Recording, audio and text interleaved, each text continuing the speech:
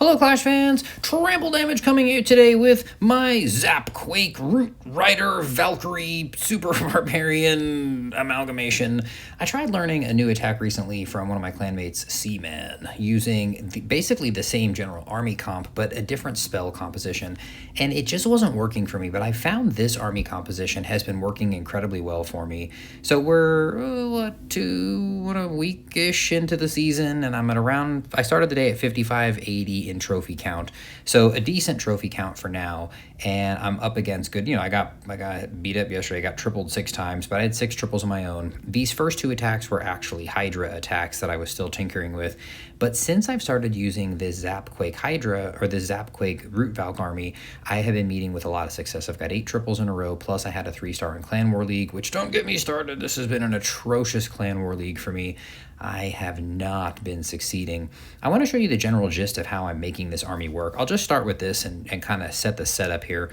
When you have, 6 lightning spells and an earthquake can take out most of the key defenses, right? You can get multi-archer towers, you can get the multi-gear tower, you can get scatter shots, you can get fire spitters. You cannot get a ricochet cannon. You can get monoliths, you can get inferno towers.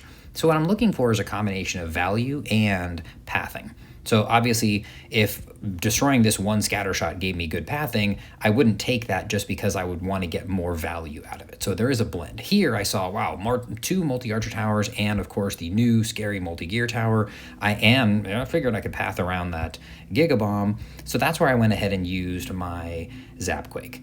It's putting a nice hole in the base, which is going to make pathing a little bit nicer and something easier to deal with. What I'm then doing is I'm bringing the Archer Queen, and the Archer Queen is using the Giant Arrow along with the Healer Puppet. The Barbarian King is rocking the standard Spiky Ball Earthquake boots when he's running in as a tank, also using the Phoenix.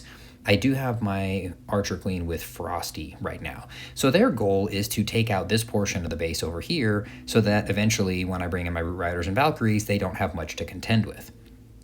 Opposite my King and Queen, where I'm going to wind up bringing in the Root Riders and Valkyries because the plan is to bring them in over here, I am starting to bring in my Siege Barracks, which one other thing with the Barbarian King. You'll see I do have some Super Barbarians that I have used over here to trim some of these external buildings, and then a Super Wall Breaker that I will wind up trying to use to get the Barbarian King into the core, depending on the situation.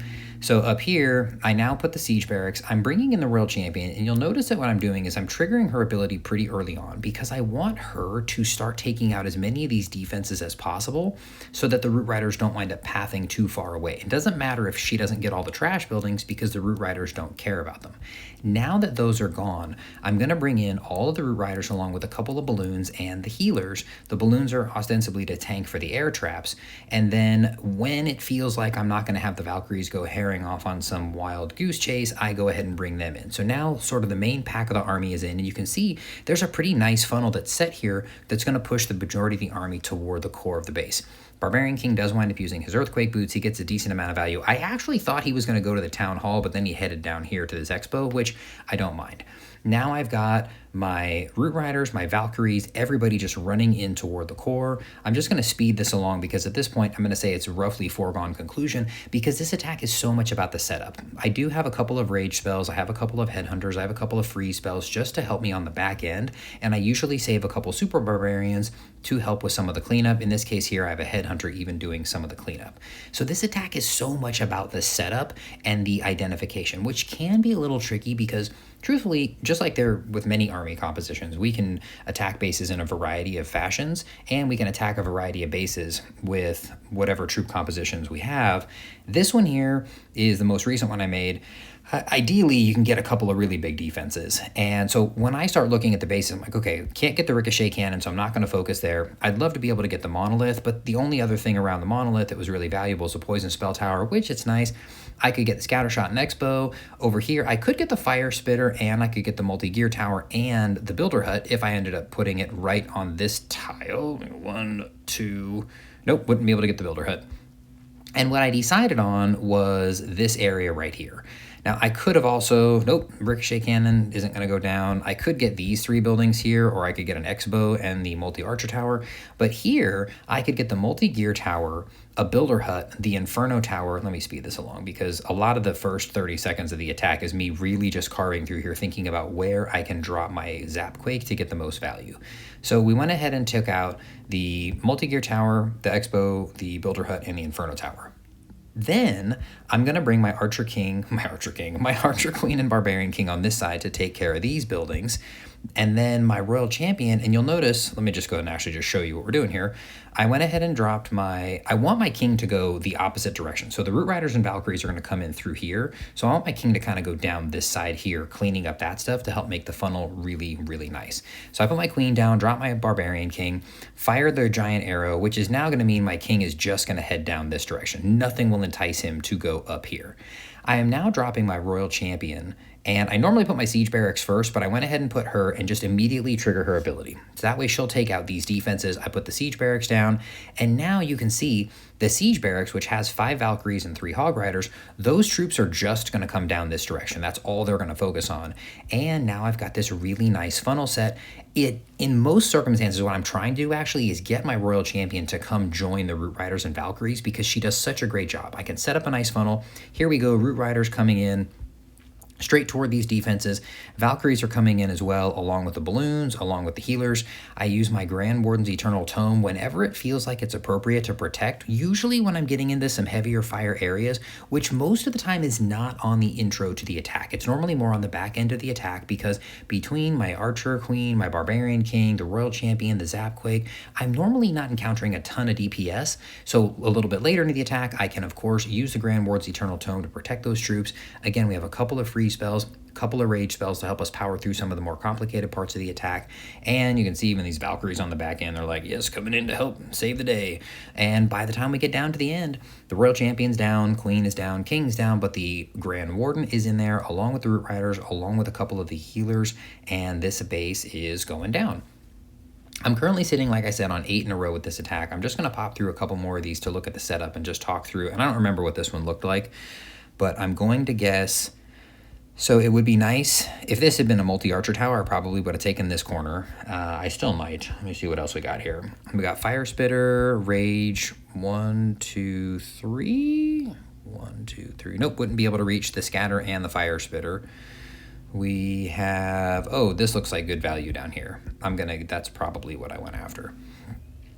I'm just going to speed this along so we can find out. That looks like probably the best value. I can't see any other stuff that would probably give me more. So I'm going to assume, yep, that's exactly what we did. And then, okay, so we've got Barbarian King down here and Archer Queen. King is coming in, Archer Queen is, I got a couple, so I was planning on walking him up this direction, so you can see the Super Barbarians taking this stuff out, planning on wall breaking into here to push the King toward the Town Hall. The Archer Queen coming in behind the King. That means Siege Barracks is coming over here. Royal Champion, early trigger for the Royal Champion. And at this point now you can see, dropping the Root Riders over here, there is no other defense that they are going to try to go for. The balloons are coming in, the healers are coming in, the Valkyries are coming in, and because the P.E.K.K.A.s and the Wizards have already funneled here, they're just going to head right back to join the Root Riders.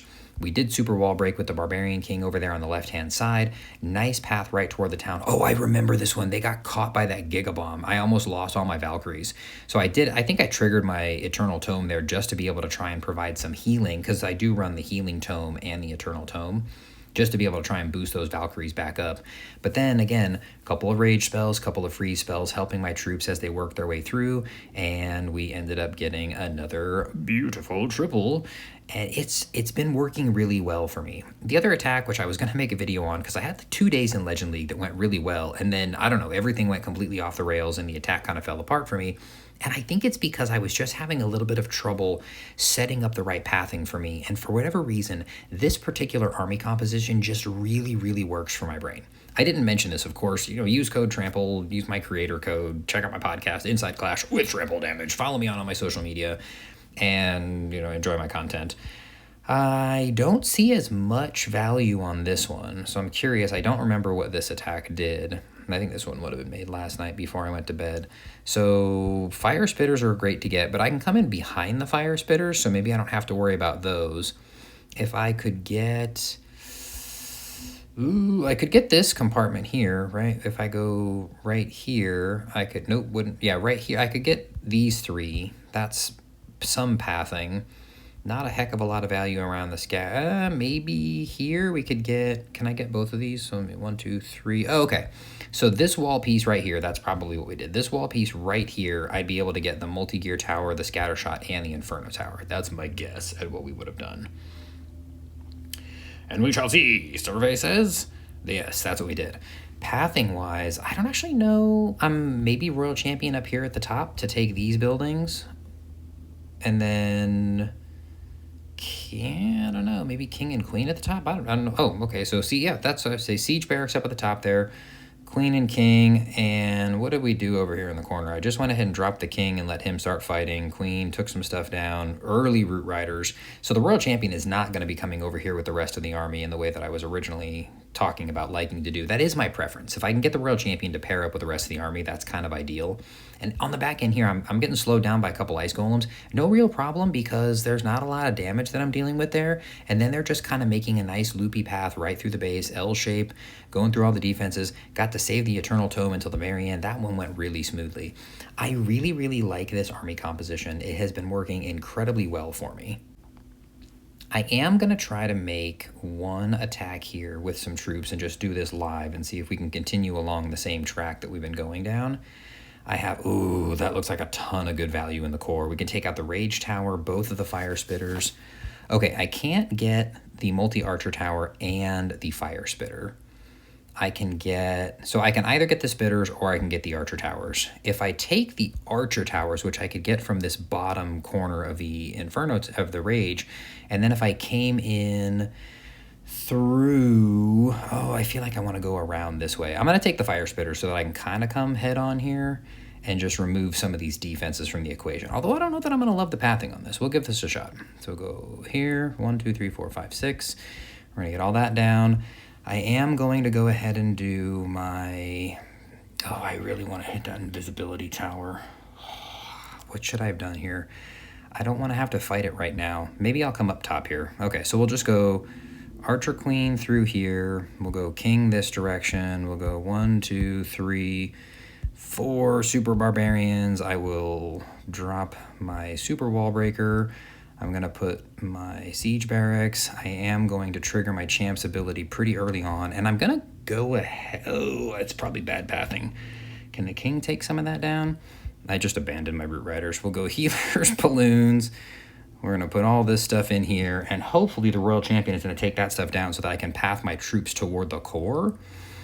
And she did get the Ricochet, so the Root Riders and the Valkyries, everybody's going to head toward the core. This is where I am going to wind up encountering the Ice Golems, but I can get most of those defenses down before I take too much damage from them. Yeah, that looks pretty good. Now the problem is I don't know which direction they're going to go.